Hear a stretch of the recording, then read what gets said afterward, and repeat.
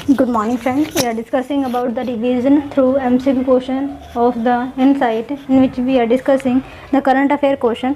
Daily हम 10 question को discuss यहाँ पे करते हैं। इस सीरीज़ को मैंने न्यू स्टार्ट किया है। इसका मेन एम ये है कि जो भी करंट अफेयर है या फिर करंट अफेयर से रिलेटेड जो भी आपके क्वेश्चन बन सकते हैं, मतलब स्टैटिक क्वेश्चन बन सकते हैं, उसको हम यहाँ पे डिस्कस करने वाले हैं। ठीक है, आज तो इनसाइट के 10 क्वेश्चन रहेंगे बेसिकली, और 5 क्वेश्चन आपके विज़न के भी हम यहाँ पे डालने वाले हैं कल या परसों से, और 5 क्वेश्चन वहाँ से हो जाए। 5 question previous year question paper के रहेंगे यूपीएससी के।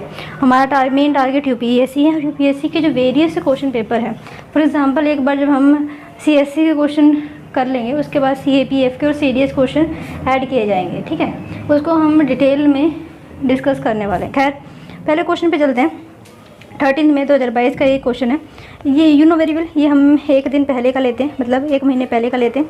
पहला क्वेश्चन आपके सामने है यूनिफॉर्म सिविल कोड से रिलेटेड। पहले क्वेश्चन में आपसे पूछा जा रहा है यूनिफॉर्म सिविल कोड जो है is one that would provide for one law for the centre country applicable to the all religious community in their personal matter. मतलब ये है कि जो यूनिफॉर्म सिविल कोड है वो जो है एंटायर कंट्री पे लागू होगा, और irrespective of the religious domination at the same point of time जो कास्ट उनके ऊपर फ़र्क नहीं पड़ता, या फिर सोशल कस्टम जो डिफरेंट कम्युनिटी के द्वारा अप्लाई किए जाते हैं अपने आप को, मतलब अपने सिविल मैटर को डील करने के लिए, वो यहाँ पे नहीं होंगे। लेट्स सी द क्या स्टेटमेंट सही आपके हिसाब से।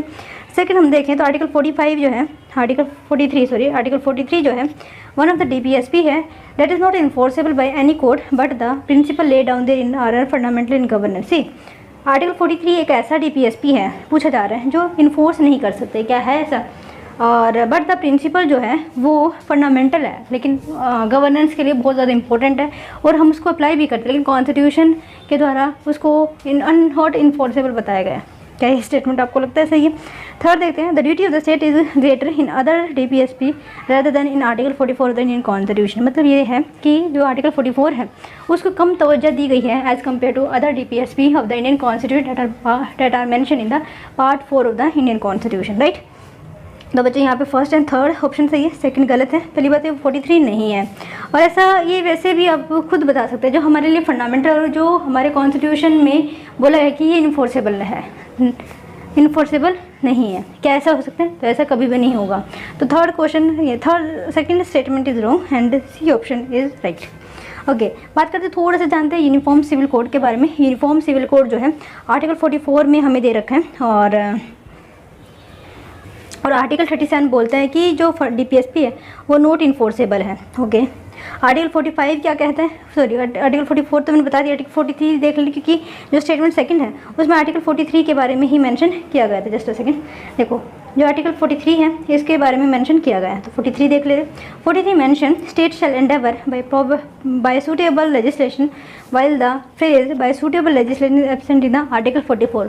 सी, 43 में ये माना जाता है कि सूटेबल लेजिस्लेशन के थ्रू आर्टिकल 43 को इन्फोर्सेबल बनाया जा सकता है through parliament, but the same point of time 44 जो आर्टिकल है कॉन्स्टिट्यूशन में मेंशन ज़रूर किया गया यूनिफॉर्म सिविल कोड के बारे में, लेकिन उसमें ये जो स्टेटमेंट है वो मिसिंग। कौन सी स्टेटमेंट? बाय सूटेबल लेजिस्लेशन, ये दैट इज़ मिसिंग, और इसी की वजह से कहीं ना कहीं थोड़ा सा, ज़्यादा नहीं, थोड़ा सा कम महत्व है इसका।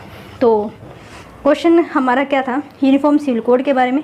इसमें आपको क्या ध्यान रखना है कि आर्टिकल 44 इससे डील करते हैं, और ये as compare to other DPSP थोड़ा कम इम्पोर्टेंट है, क्योंकि इसमें जो है लेजिस्लेशन, मतलब by suitable legislation is absent. Right, number 3 देखते हैं। अगला क्वेश्चन पे चलें, आपको गए इसमें। अगला क्वेश्चन है मेडिकल टर्मिनेशन ऑफ बिल या प्रेगनेंसी बिल जो 2021 में आया था, उसके बारे में पूछा जा रहा है। It extend the upper limit of medical termination of pregnancy to 24 week from 20 week. मतलब ये है कि जो प्रेगनेंसी है उसको हम टर्मिनेट कर सकते हैं, कितने आवर से कितने वीक से कितने वीक तक बढ़ाया गया। क्या ये 20 वीक से लेकर 24 वीक्स तक बढ़ाया गया? ये पहली स्टेटमेंट बोल रहा है। सेकंड चलते हैं, सेकंड स्टेटमेंट है the opinion of the registered medical practitioner eligible as per the rules in required for the term. मतलब ये है कि जो प्रेगनेंसी को टर्मिनेट कराना चाहते हैं, क्या वो जो रजिस्टर्ड मेडिकल प्रैक्टिशनर है उसकी ओपिनियन लेना ज़रूरी है, लेकिन यहाँ पे एज डिफरेंस है, gestation age is up to 20 weeks. Third देखते हैं the opinion for medical termination of pregnancy beyond 20 weeks gestation period will be given by medical board duly constituted by the respective state government or union territory administration at approved facilitation. See again repeat, मतलब ये है third statement ये बोलना चाह रहा है अगर हम प्रेगनेंसी को टर्मिनेट करना चाहते हैं और जो उसकी जेस्टेशन पीरियड है वो 20 वीक से बढ़ाया जा चुका है, तो क्या उस केस में मेडिकल बोर्ड जो है कॉन्स्टिट्यूट किया जाएगा किसके द्वारा, या तो स्टेट गवर्नमेंट के द्वारा या फिर यूनियन टेरिटरी के एडमिनिस्ट्रेशन के द्वारा। तो आपको ये बताना है कि इसमें है क्या, इसमें कौन सी स्टेटमेंट सही होगी। सी जब हम स्टेटमेंट की सही की बात करें तो first and second is absolutely right और third is wrong. Third wrong क्यों है, जस्ट अ सेकंड। ओके बच्चों, इसमें जो है थर्ड स्टेटमेंट गलत क्यों है, क्योंकि इसमें जो 20 वीक्स है ये थोड़ी सी मिस इन्फॉर्मेशन है, क्योंकि यहाँ पे 24 वीक्स आ जाएगा। मतलब ये है कि हम प्रेगनेंसी टर्मिनेट कराना चाह रहे हैं और उसका जेस्टेशन पीरियड जो है 24 वीक से ज़्यादा है, कितने 24 वीक से ज़्यादा है, तो उस केस में जो है स्टेट या फिर यूनियन टेरिटरी एडमिनिस्ट्रेशन एक मेडिकल बोर्ड ड्यूली बोर्ड को कंस्टिट्यूट करेगा एंड उसकी ही रिकमेंडेशन के बेसिस पे आगे फर्दर बढ़ा जाएगा। तो ये थर्ड स्टेटमेंट बिल्कुल सही होती है अगर यहाँ पे 24 वीक होता। बाकी तीनों की दोनों स्टेटमेंट, दो पहली स्टेटमेंट बिल्कुल सही है, ठीक है। ओके, बाकी आप यहाँ पे पढ़ लेना कि जो मेडिकल टर्मिनेशन प्रेगनेंसी बिल है इसको 2021 में अमेंडमेंट किया गया था, लेकिन ये पहले भी एग्जिस्ट करता था, कब, तो 1971 का था। And the amended MTP act extend the upper limit for medical termination of pregnancy to 24 week from 20 week for certain category of women, जैसे रेप वगैरह हो गया या फिर कई सारे ऐसे केसेस हैं जिसके लिए इसको बढ़ाना हो गया है ना। कोई अगर मान लीजिए फिटल में कुछ ऐसा मिस हैपन, मतलब पता है कि ये जो है डिसेबल बनेगा, तो उस केस में भी मेडिकल टर्मिनेशन कराया जा सकता है। या फिर उस केस में भी हो सकता है जिसमें पता चले कि माता के साथ साथ बच्चा, बच्चे के साथ साथ माता, दोनों की ही जान खतरे में, तो उसमें भी जो टर्मिनेट कराया जा सकता है, राइट, ताकि माता की जान बचाई जा सके। आगे बढ़ते हैं, अगला क्वेश्चन है global annual 2 decadal climate update report अभी रिसेंटली न्यूज़ में है। I again repeat, global annual 2 decadal climate update, मतलब ये है ग्लोबल का, पूरे के पूरे ग्लोब की हम बात करें और 10 साल के टाइम पीरियड के ऊपर ये रिपोर्ट है। आपसे पूछा जा रहा है कि ये जो है किसके द्वारा इशू की जाती है। सी जब हम इसके इशू की बात करते हो तो पहला ऑप्शन आपके सामने inter governmental panel on climate change, second है united nation environmental programme, number third है world economic forum, number fourth है वर्ल्ड मेट्रोलॉजिकल ऑर्गेनाइजेशन। तो यहाँ पे फोर्थ ऑप्शन बिल्कुल सही है, इंडियन वर्ल्ड मेट्रोलॉजिकल ऑर्गेनाइजेशन की तरह इसको रिलीज़ किया जाता है। Again repeat, global annual 2 decadal climate update recently news में था, जो इशू किया जाता है वर्ल्ड मेट्रोलॉजिकल ऑर्गेनाइजेशन के द्वारा। The annual update harnesses the expertise of internationally acclaimed climate scientists and the best prediction system from leading climate center around the world to produce actionable information for decision maker। I again, ठीक है, तो आपको ये point याद रखना। आगे बढ़ते हैं, अगला क्वेश्चन है उड़ीसा एक पोर्ट सिटी है। आई अगैन रिपीट, उड़ीसा एक पोर्ट सिटी है, ये किस कंट्री का भाग है, या फिर ये कह लीजिए किस कंट्री या किस सी में ओपन होती है, कैस्पियन सी, ब्लैक सी, रेड सी, बाल्टिक सी। आई अगैन रिपीट, उड़ीसा एक पोर्ट सिटी है और ये किस सी के ऊपर लोकेटेड है, कैस्पियन सी, ब्लैक सी, रेड सी, बाल्टिक सी। और आपको ये भी बताना है कि न्यूज़ में क्यों होती है। न्यूज़ का कारण ये है कि उड़ीसा वाले पार्ट पे रशिया के द्वारा इसको अपने कब्जे में ले लिया गया। तो लेट्स सी, तो बी ऑप्शन यहाँ पे सी, ब्लैक सी। देखो जब हम बात करते हैं कि किस तरीके से 3 सी लाई करती है, सबसे पहले मेडिटेरेनियन है, फिर आपका ब्लैक सी है और फिर कैस्पियन सी है। कैसे याद रखोगे, तो MBC से याद रखिए, MBC होती है, तो M से मेडिटेरेनियन, B से ब्लैक और C फॉर कैस्पियन। इसका फर्दर एक कोड है कि अगर आप मेडिटेरेनियन कंट्री के आसपास की कंट्री को जाना चाहते हैं तो आपको सिर्फ 2 वर्ड याद रखने हैं, एक तो BG याद रखना है और उसके साथ फासिज्म। तो कैसे लिखोगे फासिज्म, पहली बात तो 12 कंट्री है टोटल, तो FASH फेस हो गया, उसी में ISM हो गया, M का तो आपको क्यूब करना है, S का स्क्वायर कर देना, तो आपका ये जो ये याद हो जाएगी। ब्लैक सी की बात करोगे तो गरबट, क्या याद रखोगे, गरबट, मैं लिख दे रही हूँ गरबट। और सी से बात करोगे तो तारीख आपको याद, ये सिंपल कोड वर्ड है। जब फर्दर ऐसा कोई क्वेश्चन आएगा तो इसको मैं एक्सप्लेन करके बता दूंगी और आसपास की जो कंट्री है उसको भी दिखा दिया जाएगा ना। ये तो सिर्फ मैंने बताया है कि किस तरीके से आप इन 3 सीज को याद रख सकते हैं क्रोनोलॉजी ऑर्डर में, ताकि आप भूलें ना कि कई बार क्या होता है कि जब हम बहुत ज़्यादा स्ट्रेस में होते हैं तो जो चीज़ याद की हुई होती है वो जल्दी याद आ जाती है, और जो रिपीटेड वे में याद की जाती है या फिर एक रिपीटेशन जिसका किया जाता है वो याद आ जाता है ना। खैर, तो आप याद रखिएगा ब्लैक सी, क्या उड़ीसा एक पोर्ट सिटी कहाँ पे, ब्लैक सी के अंदर। उड़ीसा जो है 3rd मोस्ट पॉपुलर सिटी है यूक्रेन के अंदर, तो आपको पहले ही पता होनी चाहिए। कोई बात नहीं, कल मैं बताऊँगी, कल का आंसर मैं एंड ऑफ द लेक्चर देने वाली हूँ। ये जो है लोकेटेड है कहाँ पे, south west of the country in the north western शोर ऑफ द ब्लैक सी, तो नॉर्थ में ही लोकेटेड है। जस्ट सेकंड मैं आपको दिखाने वाली हूँ, ब्लैक सी के नॉर्थ में है। You can see here the Ukraine का मैप। ओके, ये आपको यूक्रेन है। यूक्रेन की कैपिटल कीव होती है। कीव जो है डेनीपर नदी के किनारे बसा हुआ है, और उड़ीसा है यहाँ पे कहीं, तो ये है आपका उड़ीसा, और ये है आपकी ब्लैक सी। ब्लैक सी के ऊपर क्या है, उड़ीसा वाला पार्ट है, राइट। ओके, नेक्स्ट पे चलते हैं। नेक्स्ट की हम बात करते हैं प्रधानमंत्री उज्ज्वला योजना। प्रधानमंत्री उज्ज्वला योजना, सी जब हम प्रधानमंत्री उज्ज्वला योजना की बात करते हैं, इसको जो है 1 मई ऑफ 2016 को लॉन्च किया गया था। इसका मेन एम ये है कि जो एलपीजी सिलेंडर है उसको डिस्ट्रीब्यूट किया जाए। स्टार्टिंग में इसका जो लक्ष्य रखा गया था 5 करोड़ सिलेंडर को डिस्ट्रीब्यूट करना, फिर फर्दर इसको बढ़ा दिया गया, और ये कुछ गिनी चुनी स्कीम में से है जो अपने टारगेट को अचीव कर पाई है, ठीक है। मतलब इसका टारगेट ये था कि हम इतने सिलेंडर देंगे, डिस्ट्रीब्यूट करेंगे, तो हमने किए हैं इतने, है ना। तो इस वजह से हम इसका सक्सेस रेट मानते हैं। वैसे सक्सेस तो हम नहीं कहेंगे, क्योंकि हम आउटकम बेस्ड सक्सेस मॉडल पे अभी तक नहीं गए हैं। हम इनपुट पे ज़्यादा फोकस देते हैं कि हमने कितना खर्च किया, उससे हमें कितना मिला, that is the completely different story. खैर, पहला है प्रधानमंत्री उज्ज्वला योजना। क्या ये स्कीम है किसकी, मिनिस्ट्री ऑफ रूरल डेवलपमेंट की। शायद मैंने आपको पहले भी कभी ना कभी किसी लेक्चर में ज़रूर बताया होगा कि ये जो है मिनिस्ट्री ऑफ पेट्रोलियम के अंडर में आती है, पेट्रोलियम एंड फर्टिलाइजर जो भी है आप। तो LPG connection to the rural masses. Second देखते हैं, the deposit free LPG connection is given to eligible with the financial assistance of ₹1600 per connection by the centre. मतलब ये है कि जब हम एलपीजी कनेक्शन देते हैं, ठीक है, तो उसमें 1600 रुपये दिए जाते हैं। जिस तरीके से हम बोलते हैं ना अंडर स्वच्छ भारत मिशन, उसके अंदर हम 12,000 रुपये देते हैं। किस चीज़ के लिए, ताकि टॉयलेट वगैरह बनवा जा सकें। खैर, इनमें से बताना आपको कौन सा करेक्ट है। तो यहाँ पे बी सही है, लेकिन फर्स्ट गलत है।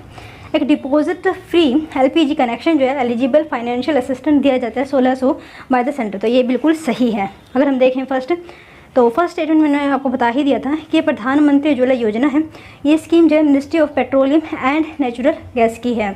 इवन जो फर्टिलाइज़र वगैरह बनते हैं वो भी इसी स्कीम इसी मिनिस्ट्री के अंडर में आती है। For providing LPG connection to women from below poverty line household. और इसका मेन एम ये है कि जो बीपीएल फैमिली है उसकी महिलाओं को गैस सिलेंडर उपलब्ध कराया जाए। लॉन्च कब की थी, तो 1 मई 2016 को, और अभी हमने 1 मई को उज्ज्वला दिवस भी मनाना स्टार्ट किया है, और 1 मई को ये हमारा इंटरनेशनल डे भी होता है। ये भी आप अगर याद करना चाहते हो तो कर सकते हो। इसका एम ये है कि हमें एलपीजी कनेक्शन प्रोवाइड करे पुअर हाउस होल्ड को, एंड उसकी वजह से जो हेल्थ रिस्क है वो भी कम हो पाए, इसे इसका मेन एम रखा गया है। की फीचर की बात करते हैं, एक deposit free LPG connection to given to eligible with the financial assistance of ₹1600 per connection by the centre. ये मैंने अभी आपको बताया। अचीवमेंट की बात करते हैं, गवर्नमेंट डेटा के हिसाब से किसके हिसाब से, जनवरी 2022 के हिसाब से 9 करोड़ एलपीजी सिलेंडर को वितरित किया जा चुका है, ठीक है। अगले क्वेश्चन पे चलते हैं। अगला क्वेश्चन है ग्रेट इंडियन बस्टर्ड के बारे में। सी जब हम अपनी कंट्री के बारे में बात करते हैं ना, तो ये राजस्थान वाले एरिया में, इवन राजस्थान का तो ये स्टेट बर्ड भी है। कौन सा, ग्रेट इंडियन बस्टर्ड। कहाँ पे रहता है, तो राजस्थान के अंदर में या फिर आसपास, मतलब एक ड्राई एरिया में। और इसको सबसे ज़्यादा खतरा पता है क्या, इलेक्ट्रिफिकेशन जो हो रहा है, जो बहुत ज़्यादा तार बिछाई जाती हैं, तो ये इसमें उलझ जाते हैं। बड़ा शरीर है इनका, लेकिन ये उसमें उलझ जाते हैं, तो जिसकी वजह से इनकी पॉपुलेशन जो है बहुत ज़्यादा कम हो रही है। अगर आपसे ये पूछा जाए ओवरऑल पूरे ग्लोब में जो सबसे बड़ा खतरा कोई भी फ्लोरा एंड फौना फेस कर रही है, तो हैबिटेट डिस्ट्रक्शन है, राइट। तो मतलब उनका घर उजड़ रहा है, जो भी उनका इन्वायरमेंट है हम उसको क्लियर कर रहे हैं for environment for agriculture purpose what भी, और या फिर इंडस्ट्रियलाइजेशन के लिए। तो ये कहीं ना कहीं कॉज ऑफ कंसर्न है। खैर, अब जानते हैं इसके बारे में। क्या ये हैवीएस्ट फ्लाइंग ओमनीवोर्स बर्ड है। ओमनीवोर्स का मतलब ये हो जाएगा कि ये जो है कार्निवोर्स और हर्बीवोर दोनों हैं। मतलब ये है कि जिस तरीके से हम स्नेक को बोलते हैं ना, ये हर्बीवोर्स मतलब प्लांट वगैरह भी खा सकते हैं, और जो मीट वगैरह मतलब स्मॉल इंसेक्ट वगैरह भी खा सकते हैं। सेकंड देखते हैं, it is listed as endangered as per the IUCN red list. नहीं, चलो थर्ड स्टेटमेंट देखते हैं, it is protected under the wildlife protection act of 1972। आपको बताना कौन सा यहाँ पे सही है। मेरे हिसाब से देखें तो थर्ड बिल्कुल सही है। 1972 के वाइल्ड लाइफ प्रोटेक्शन एक्ट 1972 के यहाँ पे है। और याद रखना वाइल्ड लाइफ प्रोटेक्शन एक्ट जब 1972 की हम बात करें, इसमें दोनों ही चीज़ कवर होती है, फ्लोरा भी कवर होती है, फौना भी कवर होती है। At the same point of time जो NBT है, मतलब NGT है, नेशनल ग्रीन ट्रिब्यूनल, जो वाइल्ड लाइफ प्रोटेक्शन एक्ट के जो भी केसेस होते हैं NGT उससे डील नहीं करता है। दो चीज़ें याद रखनी आपको, एक तो NGT किसको डील नहीं करता है और किसके साथ डील करता है। तो जितने भी इन्वायरमेंटल लॉज हैं except wildlife protection act of 1972 and the forest act of 1980 और 1988 के अंडर जो पॉलिसीज़ लेकर आई गई थी उसको डील नहीं करता, उस मैटर को डील नहीं करता हमारा NGT जो 2010 में बनाया गया था, है ना। खैर, क्या ये IUCN के इंडेंजर्ड लिस्ट में नहीं बच्चे, ये जो है क्रिटिकल इंडेंजर की लिस्ट में है। फर्स्ट देखते हैं क्या ये among the heaviest of the flying omnivores bird है, तो ये सही है। अच्छा, ग्रेट इंडियन बस्टर्ड की बात करते हैं, एक ओमनिवोर्स है और लार्ज बर्ड है with a horizontal body and a long bare leg. It is an ostrich like appearance है इसकी, और IUCN की लिस्ट के हिसाब से क्रिटिकली इंडेंजर्ड है। और ये जो है अमंग हैवीएस्ट फ्लाइंग ऑब्जेक्ट, मतलब ये उड़ सकते हैं एंड इसी की वजह से इनकी पॉपुलेशन कम हो रही है, तारों की वजह से, कहा था ना इलेक्ट्रिफिकेशन। खैर, लिस्टेड ये जो है लिस्टेड है schedule 1 of the Indian wild life protection act of 1972। And sites की बात करते हैं तो अपेंडिक्स 1 में इसका मेंशन किया गया। साइट जो है 1976 में आया था, world wide fund and IUCN के द्वारा इसको बनाया गया था। Identifies one of the species for the recovery programme under the Indian development of wildlife. अच्छा, इसके लिए बच्चे एक प्रोग्राम भी चल रहा है, प्रोजेक्ट ग्रेट इंडियन बस्टर्ड, और स्टेट ऑफ राजस्थान के द्वारा इसको चलाया जा रहा है ताकि हम इंडियन बस्टर्ड की जो पॉपुलेशन है वो बचा सकें। और ये कहाँ पे पाए जाते हैं, तो इंडिया के हमारे राजस्थान के अंदर कुछ पॉपुलेशन इसकी जो है कहाँ पे पाई जाती है, पाकिस्तान के अंदर ही पाई जाती है। प्रोटेक्टेड एरियाज़ की बात करते हो, डेजर्ट नेशनल पार्क है राजस्थान का, रोपला वाइल्ड लाइफ सेंचुरी है आंध्र प्रदेश में, कारिया वाइल्ड लाइफ सेंचुरी है मध्य प्रदेश में, तो वहाँ पे इसको प्रोटेक्ट किया जाता है। हैबिटेट की बात करते हैं, ओनली 2 डिस्ट्रिक्ट है राजस्थान के अंदर, जो जैसलमेर और बारमार है, और दोनों ही डिस्ट्रिक्ट जो है पाकिस्तान से बॉर्डर टच करती है। 4 डिस्ट्रिक्ट है जो राजस्थान की जो पाकिस्तान से बॉर्डर टच करती है, बाड़मेर है, गंगानगर है, और 2 और है, जैसलमेर भी होगी, जैसलमेर के बिल्कुल सामने पोखरण पड़ता है। खैर, only 2 district in Rajasthan, Jaisalmer and Barmer, have a breeding GIB population in the wild. The bird can also भी found in the very small number in Gujarat, Madhya Pradesh, Karnataka, Maharashtra, मतलब ये यहाँ पे भी पाई जाती है। राइट, अगला क्वेश्चन इसी के ऊपर है, Indian Desert National Park, India Desert National Park के बारे में क्वेश्चन है। ओके बच्चों, जो अगला क्वेश्चन है वो डेजर्ट नेशनल पार्क से रिलेटेड है, लेकिन आपको पता होना चाहिए वो कहाँ पे लोकेटेड है। सी, ये आपके सामने डेजर्ट नेशनल पार्क, कौन सा है पार्क है, डेजर्ट नेशनल पार्क है। जस्ट अ सेकेंड, ये आपके सामने डेजर्ट नेशनल पार्क, और यहाँ पे देखो ये अरावलीज है, ये क्या है, अरावली है। अरावली की जो सबसे ऊंची चोटी है धूपगढ़ है, कौन सी है, धूपगढ़, ओ सॉरी यार, गुरु शिखर है, सॉरी गुरु शिखर, धूपगढ़ आपकी विंध्याचल की है, वेरी सॉरी। खैर, यहाँ पे आपका सिरस्का टाइगर रिजर्व है, कैलिडियो नेशनल पार्क है, रणथंबोर नेशनल पार्क है, और ढरा नेशनल पार्क है। रणथंबोर नेशनल पार्क को ही हम ढरा नेशनल पार्क के नाम से भी जानते हैं। तो 4 यहाँ पे आपके इंपॉर्टेंट नेशनल पार्क लाई करते हैं राजस्थान के अंदर। Okay, India Desert National Park के बारे में जानते हैं। पहला स्टेटमेंट है, it is spread over 2 district, क्या स्टेटमेंट सही है। सेकंड देखें, यहाँ पे कोई ह्यूमन हैबिटेशन नहीं पाई जाती inside the park. Number 3, it is one of the natural habitat of a great Indian bustard. तो आपको बताना कौन सा यहाँ पे सही है, तो मेरे हिसाब से सी यहाँ पे सही है, मतलब फर्स्ट एंड थर्ड यहाँ पे सही है। No human habitation, that is wrong.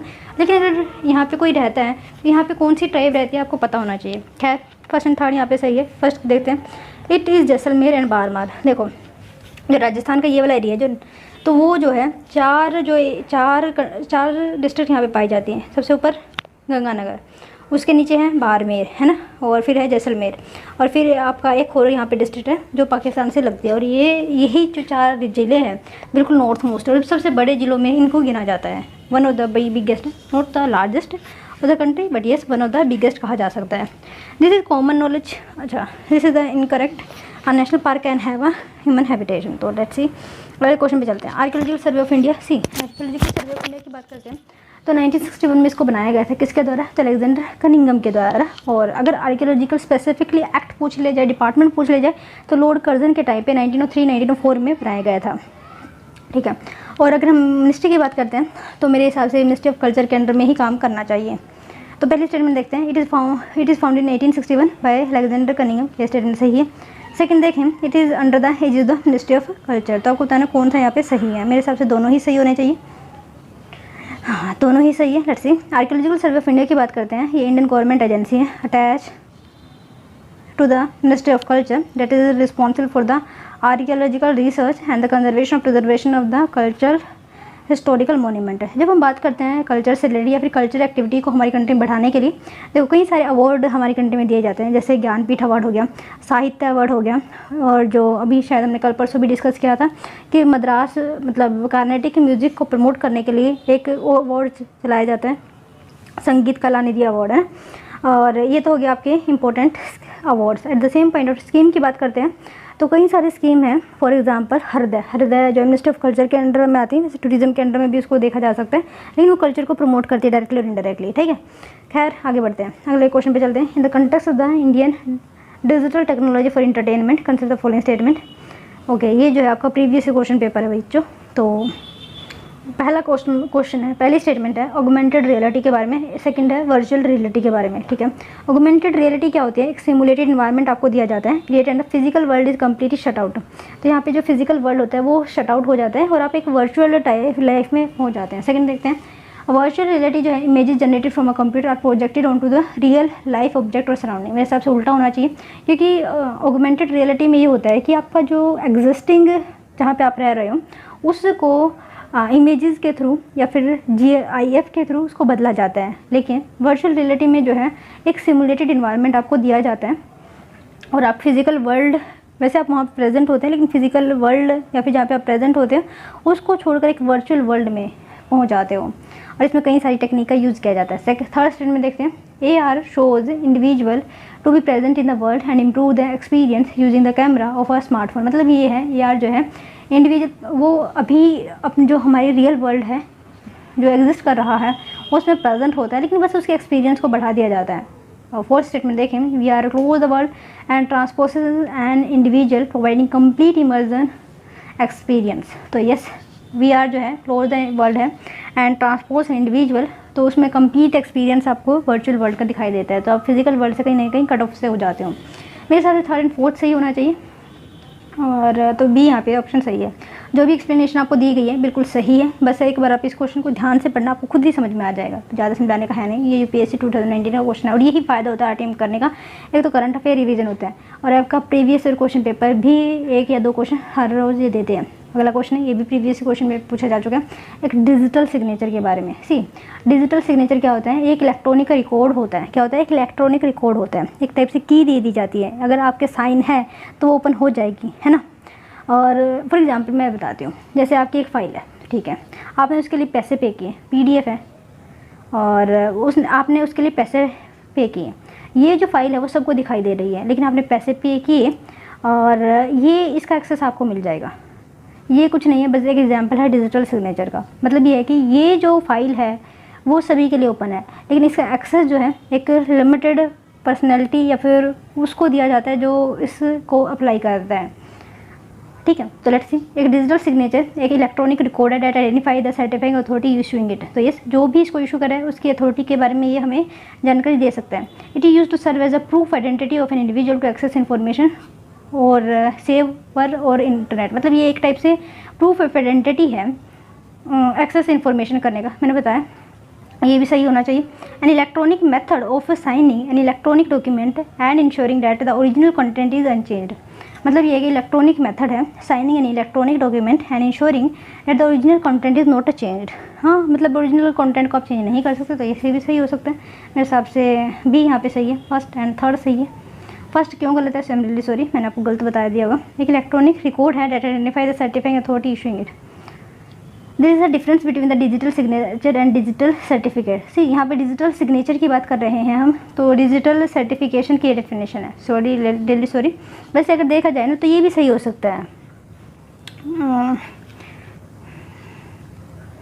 There is a difference between the digital signature and digital certificate. A digital signature is an electronic method of signing an electronic document, whereas a digital certificate is a computer based record which identify the certifying authority. मतलब ये एक type of digital certificate ही होता है ना। ठीक है, has the name और the identity of its. तो हम डिजिटल सिग्नेचर रिकॉर्ड नहीं है। And the identification of the certified authority is certain from the digital certificate are not digital signature. तो मतलब डेफिनेशन यहाँ पे गलत लिखी गई है। जो डेफिनेशन है स्टेटमेंट फर्स्ट में, ये किसकी डेफिनेशन है? तो ये जो है डिजिटल सर्टिफिकेट की डेफिनेशन है। ठीक है, बाकी सेकंड एंड थर्ड स्टेटमेंट बिल्कुल सही है। Digital signature provide authentication, privacy, non repetition and integrity in the virtual world. IT act 2000 के हिसाब से हम देखें, in India gives legal validity to the electronic transaction. मतलब ये जो एक्ट है इम्पावर करता है इंडिया के अंदर इलेक्ट्रॉनिक ट्रांजेक्शन के लिए that are digitally signed, therefore we need digital signature for secure message, online banking application etcetera. तो ये थे बच्चे आपके 13 मई के current. By this we ending the session here. Thank you so much for listening us.